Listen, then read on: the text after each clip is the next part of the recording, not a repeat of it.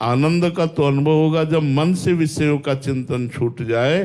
तन भले विषय के संयोग में है, लेकिन मन प्रभु के संयोग में है। इसी स्थिति का तो नाम अध्यात्म है कि संसार के संपूर्ण व्यवहार कार्य करते हुए, अपने धर्म का निर्वाह करते हुए वो परमात्मा के चिंतन में तन्मय है, मन उसका प्रभु में लगा हुआ है। यही तो खास बात है। ये कहाँ हो पाता है? शरीर से विषय छोड़ देते हैं, फिर भी मन उसे पकड़े रहता है, मन उसका चिंतन करता है। तो जहाँ मन होता है वहाँ स्थिति मानी जाती है। तो मन यदि विषयों में है तो स्थिति विषय वही है, मन प्रभु में है तो स्थिति भागवतमयी है। तो मन को प्रभु में लगाओ, ये बहुत बढ़िया बात है। मन से विषयों का त्याग हो गया तो भोगेगा कौन? अच्छा ही नहीं लगेगा। यहां तक कि ब्रह्मादिक के भोग सब विष सम लागत ताहि, नारायण ब्रज चंद की लगन लगी है जाए। प्रभु की प्राप्ति की लगन लग गई, मन प्रभु के चिंतन में लग गया, तो ब्रह्मादिक के भोग भी विष के समान लगते हैं। फिर मर्त लोक के मलिन भोगों की तो बात ही क्या। तो हमारी साधना तो इसी बात की है कि मन हमारा प्रभु का चिंतन करे।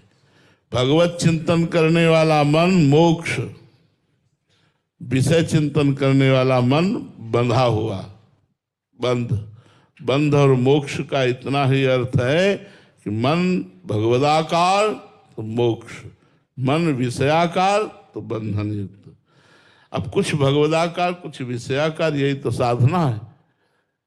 हमें इसी साधन को तो समेटना है कि हमारा मन पूर्ण भगवदाकार बन जाए, पूर्ण प्रभु के चिंतन में लग जाए, विषय चिंतन ही न मन करे। यही तो खास बात है। लक्ष्मी मित्तल जी, राधे राधे महाराज जी। महाराज जी, ज्ञान मार्ग के बाद प्रेम मार्ग पर चलना आपके लिए कितना कठिन था? हाँ, बहुत कठिन था, पर गुरुदेव की कृपा से सरल हो गया। इतना कठिन था कि हो ही नहीं सकता था, हो ही नहीं सकता था। पर गुरुदेव की कृपा से कर तुम अकर तुम अन्यथा कर तुम सर्व समर्थ, गुरुदेव की कृपा से संभव हुआ।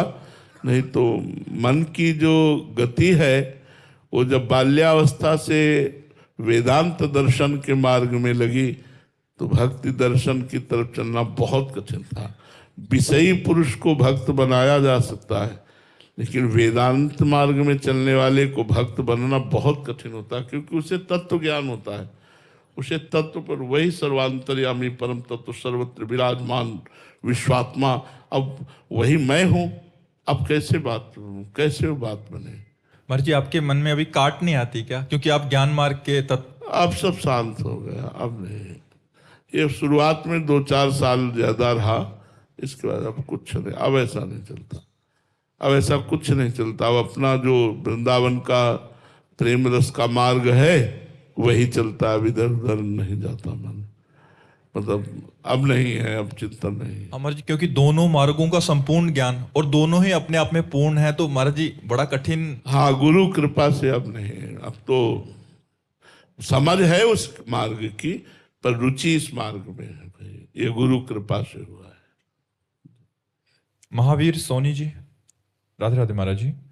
महाराज जी, चिदानंद में देह तुम्हारी विगत विकार जानहूं अधिकारी। गुरु जी, कौन साधक परमात्मा के चिदानंद स्वरूप को अनुभव कर सकता है?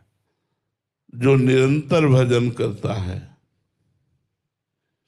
जो साधु संग करता है, जो असत विषयों का त्यागी है, जो जितने कर्म करता है सब भगवान को समर्पित कर देता है,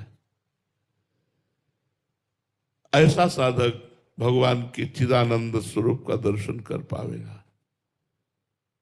जितने भी कर्म यत् करोषि इष्टम दत्तम तपो जप्तम व्रतम यच्चात्मनः प्रियम, जो भी अपने को प्रिय लगता है वो सब भगवान को समर्पित कर देना। यज्ञ, दान, व्रत, तीर्थ यात्रा सब भगवान के लिए करना। किसान, व्यापार, नौकरी सब भगवान के लिए करना। सब कृष्णार्पणमस्तु और निरंतर नाम जप।